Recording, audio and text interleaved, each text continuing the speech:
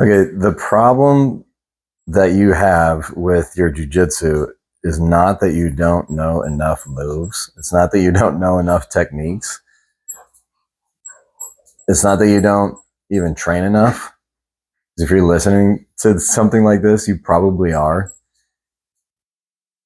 And what is enough is going to be different for everybody. But my point is, it's it's not technique or training frequency or anything like that that's going to make you better at this point. You know, if you're a late stage white belt or a blue belt, you know plenty. And your technique is going to get better just via training the way you normally do. And you can continue learning new techniques, but that's not going to solve the problem that you're having in jiu-jitsu, which is you're either being submitted too much, or you're getting injured too much, or you're not submitting people enough. The only legitimate, well, the way that you make all of that go away is not by learning new techniques. You want to learn strategy. You want to have a strategy that keeps you from getting submitted, keeps you from getting injured, and gives you opportunities to submit other people more frequently. No one technique is going to do that for you. Even no system is even going to do that for you, because no system is perfect. um,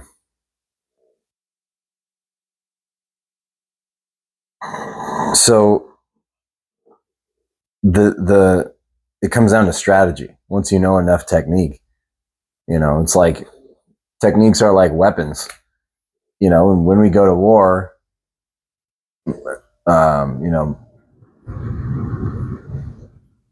if you have even if you have superior weaponry, a lot of the time you can lose to good strategy. So I'm looking at a lot of these videos. I'm analyzing videos, training footage, competition footage of people practicing.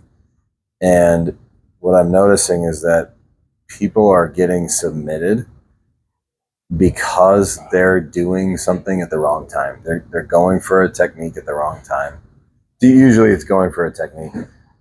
Sometimes it's scrambling at the wrong time, scrambling when you should be protecting yourself. And whether that's because of some pressure from the outside, like the clock or a referee or the crowd or whatever. The point is, if your objective is to not be submitted, you're going to behave differently than what I'm seeing. It's tension, it's insistence, it's aggression. All of these things have a time and a place, but it's much, much, much more rare than you would think. It's very unlikely.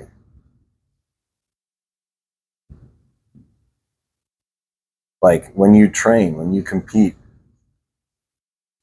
there should be such a low amount of tension and movement on your part. You should only move as much as you absolutely need to. You should only use tension as much as you absolutely have to. You shouldn't be doing it just because, or just because you want to win. You want to submit the person. You want to pass their guard. Those are all attacking moves. And sometimes they work for you, which is why you're continuing to do them. But the likelihood of them working is so low that you might try to pass. You might try to initiate 10 passing sequences in a 5-minute sparring session and only get one of them, or only get two. My contention is You wait to pass until it's kind of the only right move there is to do. If you're, for example, if you fall into somebody's half guard or knee shield guard, most people will immediately hook the leg, go for that bottom leg, try to put pressure on the back of the top leg or on the side of the top leg, press the knees together, and probably grab for the collar or sleeve of the guard player with their opposite hand and immediately initiate a passing sequence. Sometimes that can work when you have the element of surprise. The problem is the guard player knows where they are anytime you're past blue belt. They know that they've fallen in this position, and they know that they should be protecting the guard, preventing the pass, or trying to sweep. And when you immediately go for that pass, it immediately signals to him that that's what you're going to try to do. And his instinct, even if it's not his trained behavior, his instinct is going to be to stop you. So if he wasn't already doing something else, why wouldn't he just direct his attention to what you're trying to do and stop you? That's why it's so hard for you to pass the guard in training or in competition, is because you're doing a nice move, you're doing a technique that is legitimate, something that somebody probably taught you, or you saw in a video, or you learned just by sparring. But you're doing that technique before the proper strategy would dictate that you do the technique. You're doing it when the other person is focused on you. My contention is that you actually want to do it when the other person is focused on themselves. So, in this case, the example here is the half guard pass, the knee shield pass, and you underhook the leg, you grab the collar, you try to smash the legs together, and you try to walk around the side to pass the guard. Well, a guard player who's focused solely on you is going to prevent you from getting the second hand up into the collar or grabbing the sleeve, so that they can invert if you do get past the legs, and so that they can prevent the pass from matriculating. Well, okay, what if you waited 5 seconds instead of doing that pass? Instead of doing that pass at that moment, let's say you waited 5 seconds. And then at 5 seconds, what stage would they be in? They'd probably be in the attacking phase, or the attacking stage. They're going to fall into the guard, recognize where they are, and begin attacking probably within 5 seconds. If you haven't started attacking them, in which case they would regress to stopping it, right? So in the next stage of awareness, they recognize where they are, and they instinctively attack because they know that they just ended up in the guard. Being on the bottom is not a good thing. So instinctively they begin going into attacks. What's the attack going to be from there? They're probably going to sit up and try to underhook you, or they're going to reach across and grab the sleeve and try to start inverting.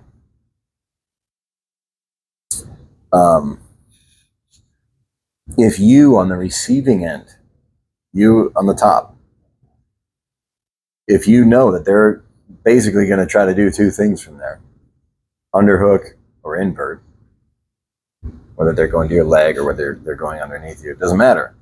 If you know that they're either going to invert or underhook, how hard is it to then just sit there and prevent those two things from happening? It's not hard. It's not easy, but it's the least challenging of all the options that you have. So you sit there, you prevent the guard, you prevent the inversion, you prevent the underhook, etc., etc. whatever other attacks in whatever position you think could possibly happen. And during that time, the guard player is going to transition from an awareness of where they are to an awareness of what they're doing not working. And in that time, that is when they become vulnerable. Because if in that time they're focusing on themselves, trying to figure out why can't I get the underhook? Or, I need to try harder for the underhook. I need to dive more aggressively for the underhook. Because the first 3 times I tried, it didn't work. When they dive aggressively for anything, it's the same as a boxer throwing a huge punch. They're going to be very vulnerable if you can make them miss. Now, what are the chances of making them miss? Depending on your experience level, depending on, your awareness level, your skill level, it's going to exist somewhere on a spectrum. And maybe the chances of making them miss are lower. Do you think your chances of making them miss, if you're focused on what they're trying to do, is higher or lower than if you're also just trying to do whatever you wanted to do, like that guard pass? You see, if you're the less experienced person, or the less skilled person, or the smaller person, and you both are going for attacks at the same time, who do you think is going to win? It's going to be the athletic guy. It's going to be the guy that's been practicing since he's 7 years old. It's going to be, the guy who's on steroids. It's going to be, whoever has more time on the mat, whoever's done more attacks. So the way that you increase your chances of surviving a person who's more experienced, stronger, bigger, faster, whatever, has an advantage somehow over you. The way to negate that is to focus on stopping them from doing what they like to do. Give them a hard time with it. Plant a seed of doubt in their mind that they can even do it.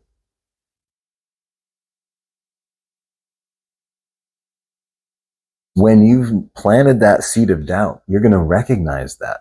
You'll see it in them. They'll start to breathe differently. They'll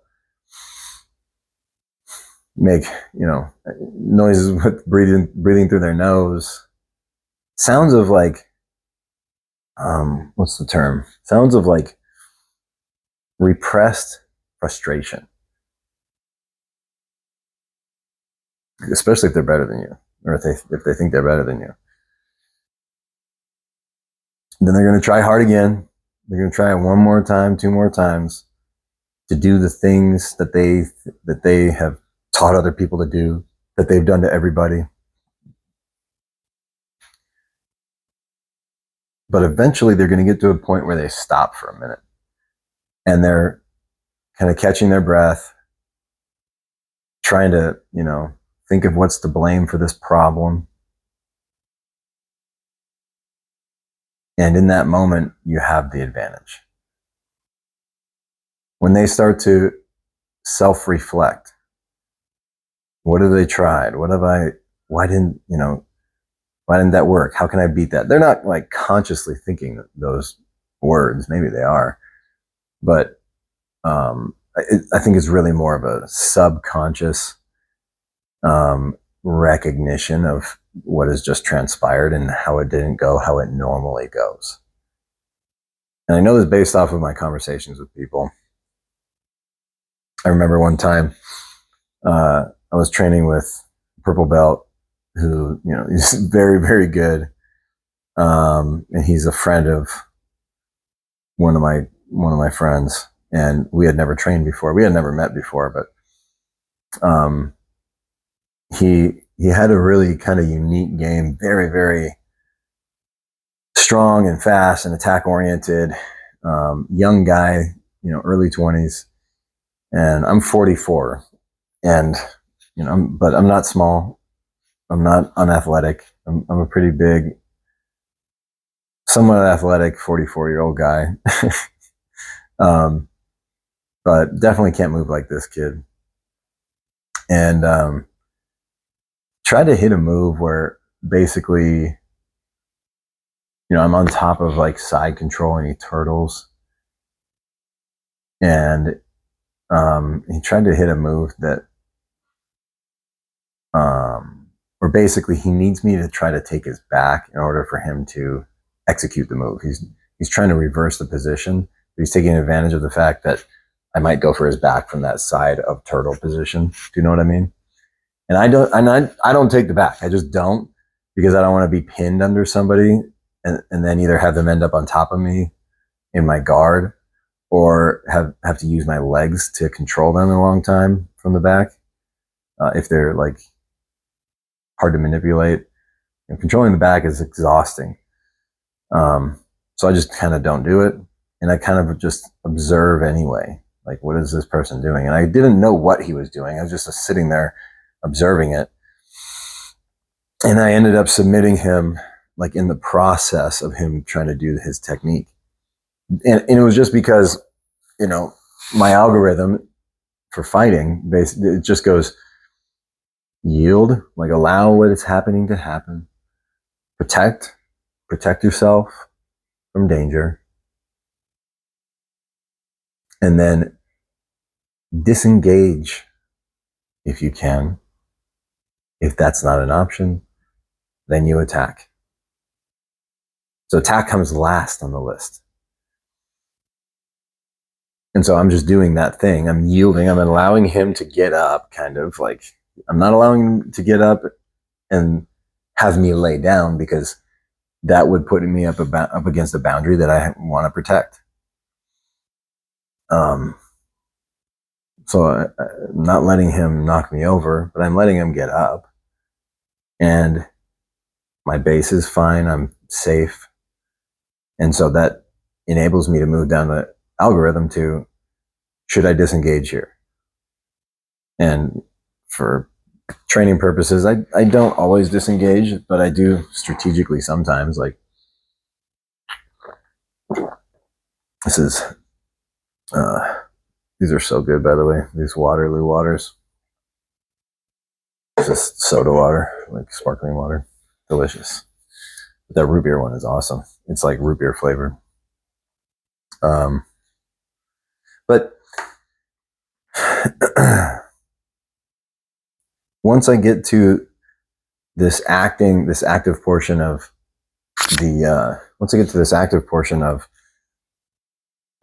the algorithm, I'm at a place where I'm either gonna disengage, that's always my first option, or attack, which means joint lock, strangulation, throw, or pass. Something that you would consider an attack. This could also include striking techniques if it's a different rule set, or if it's a no rule set, like self-defense situation. It applies in this too. But if I skip the attack portion, so if I'm talking yield to whatever they're doing until you can. Protect yourself in whatever way you need to.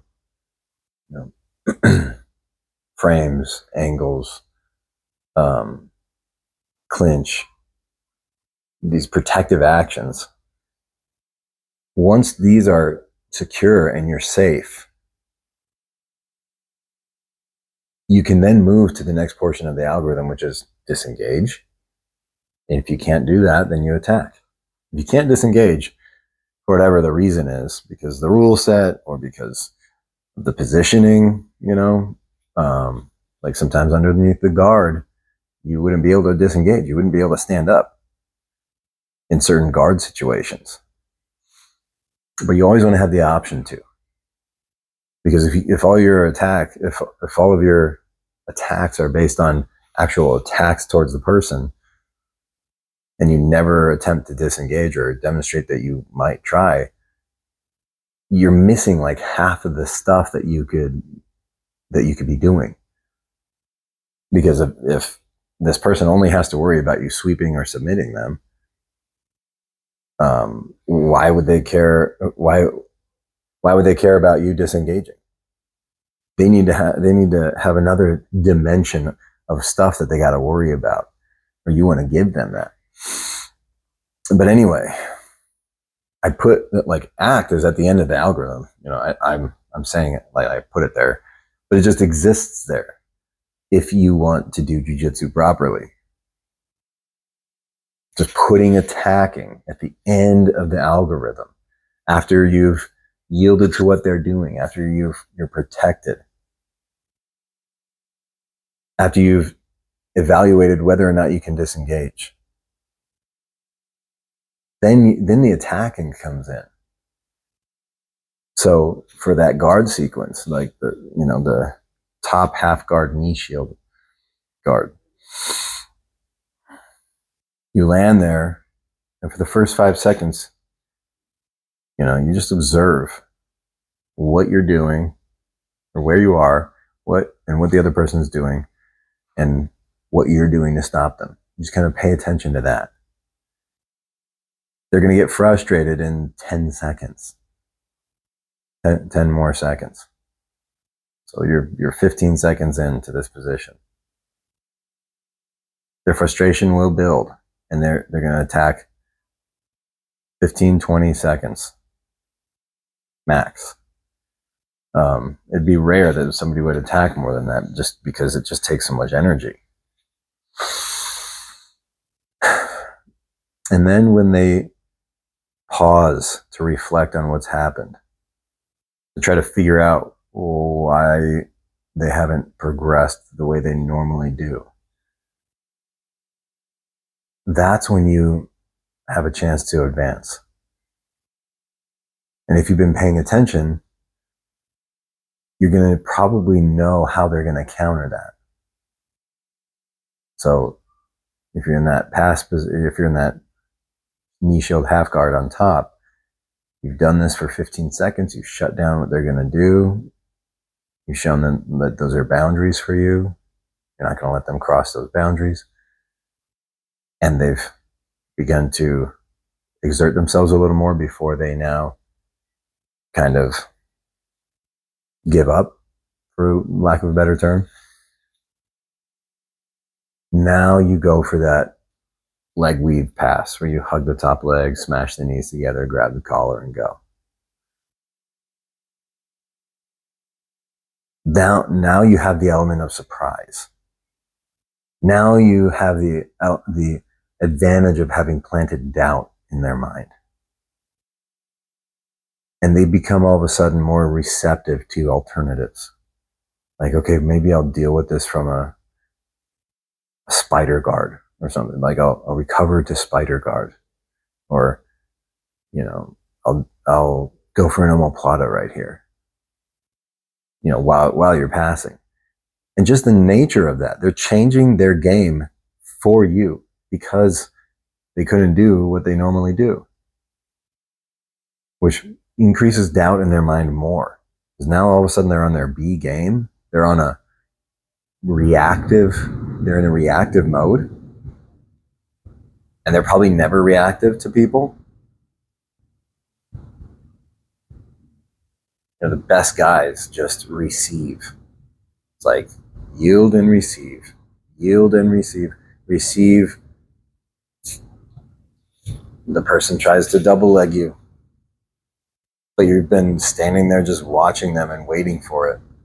How easy is it to stop somebody from double legging you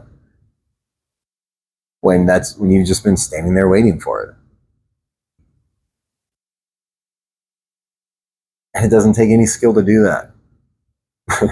It just takes the power of observation. And it's almost impossible to do this without at least a little bit of technique. But you could do like a Gracie Combatives type of course, where you just know minimum stuff.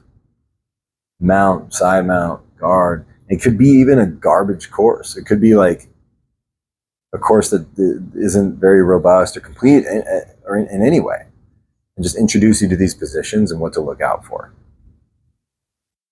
You could still train without further instruction if you had the strategy of yield, protect, observe, and act. If you did that in that order, your chances of being able to compete with somebody who is far more experienced and advantaged than you goes way up. It becomes the highest that it can possibly be. So if you want your highest chance of winning, let's say, or being good at jiu-jitsu, you follow that jiu-jitsu structure. Yield and then act. Yield first, protect yourself, and then act. And always remember that when you act, disengaging is always the first option. Make them chase you. Make them come after you. Make them work just to keep you involved. And then when they get tired of working, arm lock, choke, leg lock, wrist lock, neck crank, guard pass, throw, sweep, whatever attack is appropriate to the scenario is going to be way easier when the other person is tired from their attacks not working on you. All right, that's it. Let me know what you think. Have a blessed night. Thanks, guys.